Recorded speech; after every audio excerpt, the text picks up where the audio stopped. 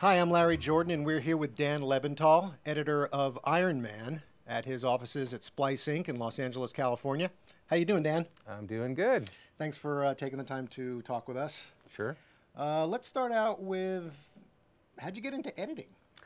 Well, I think it's, like a lot of people, it wasn't necessarily my intention. I had been going to art school and had been interested really in film. And at first I was also interested in music. I played in rock bands. I played keyboards. And I fancied that it would be really nice to compose some things for film. Yeah. So I said, well, who am I going to get to do some music for? I didn't know anybody. So I figured maybe I'll take a film class or two, you know, while I'm here, and maybe make something and then put some music to it. So I did that, and very quickly thereafter, film became the passion. Yeah. So I started producing, directing, and editing my own low-budget things, and way back when MTV had a show called Basement Tapes. Right. And the bands would submit you know, very low-budget videos, and then audiences would vote on them. So a band asked me to do a video for them, and I did, and it worked out. It actually won. Wow. And so that was cool. And then they had given me, I think I had a budget of about $500 for that. Wow. So then another band saw it and said, hey, well, you should do ours. Yeah. We'll give you $700 to do ours. Yeah. Really rising. Working. Yeah. That's fantastic. So I did that.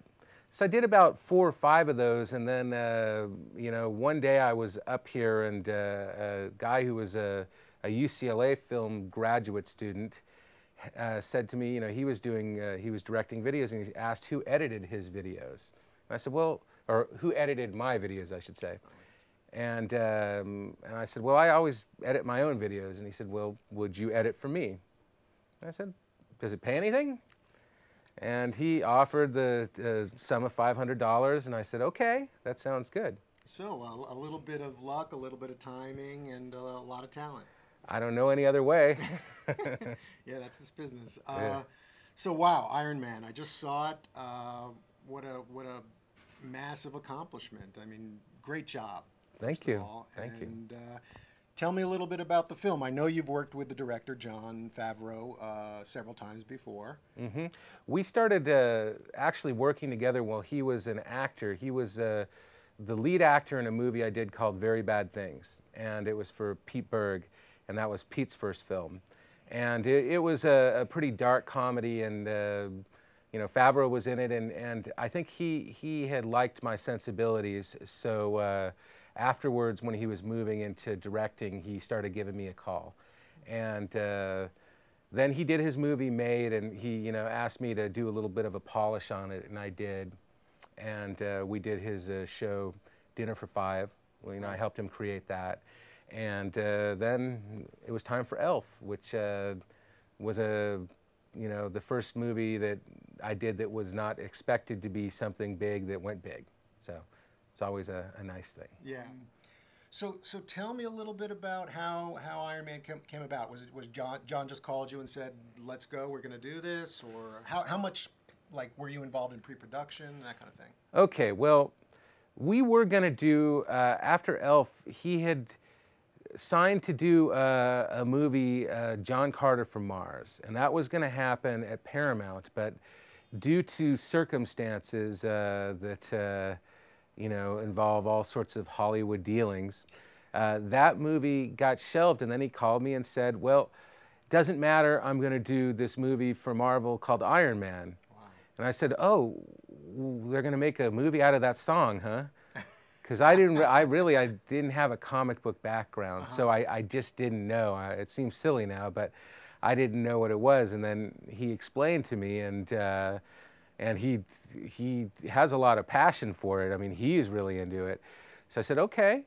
John's a big comic book fan. He is. In fact, John has you know, a background where at one point he was an animator, and wow. And you know, he can draw, and you know, he's a kind of Renaissance guy anyway. He's a real artist. Yeah, yeah. So he said, okay, yeah, let's do it.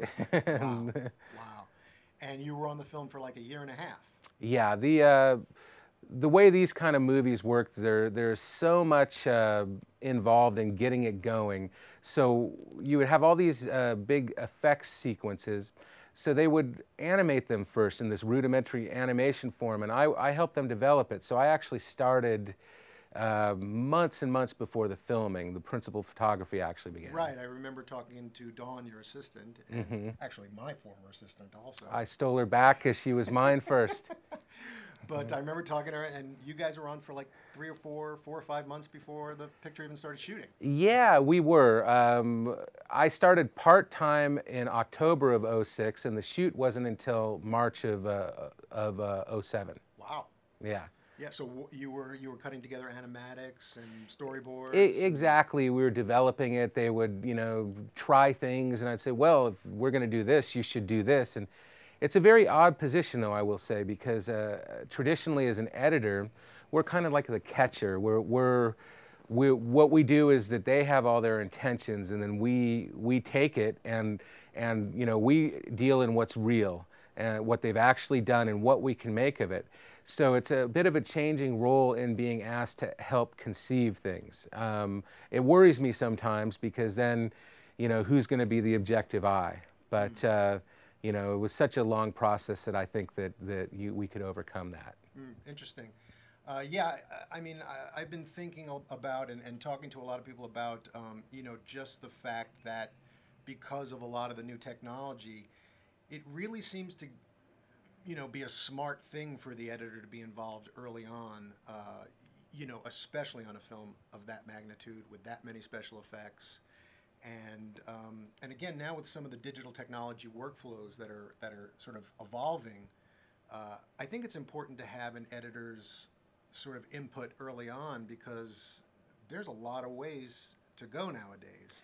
Yeah, I think from the studio standpoint, that it's good economics to try to get as much right as they can up front. So it does have us, sticking our neck out a little bit and yeah, but venturing in there. It could save them hundreds of thousands of dollars in terms of or effects, millions. or millions in terms of effect shots or Yeah. shooting days or things like that. So it's great that you were in a collaborative effort like that. That's always really, for me, the most rewarding kind of movie to work on. Okay, so let's take a break, and we'll come back with part 2 of our interview with Dan Lebental, editor of Iron Man, in a minute. Fade to black.